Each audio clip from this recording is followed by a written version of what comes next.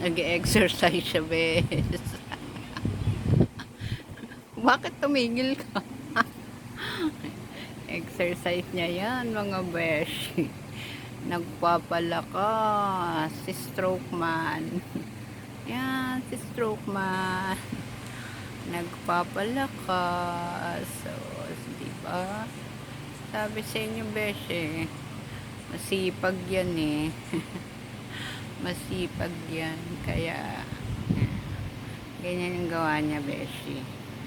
Pag nandito siya.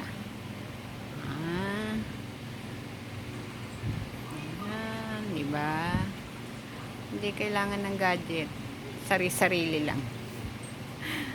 Sari-sariling exercise lang yan, mga beshi. Ayan. Palakas. Si Dale, tinututok yung electric fan sa likod niya. Pawis na pawis. Diba? Besh. Sariling sipag, sariling kayod si Mang Mario. The stroke man. Hala. Good job ka dyan pa. Nakahubad na naman siya, besh. Diba? Ang init dito, mga beshi. Grabe init. Sipag niyan, mag-exercise, mga besh.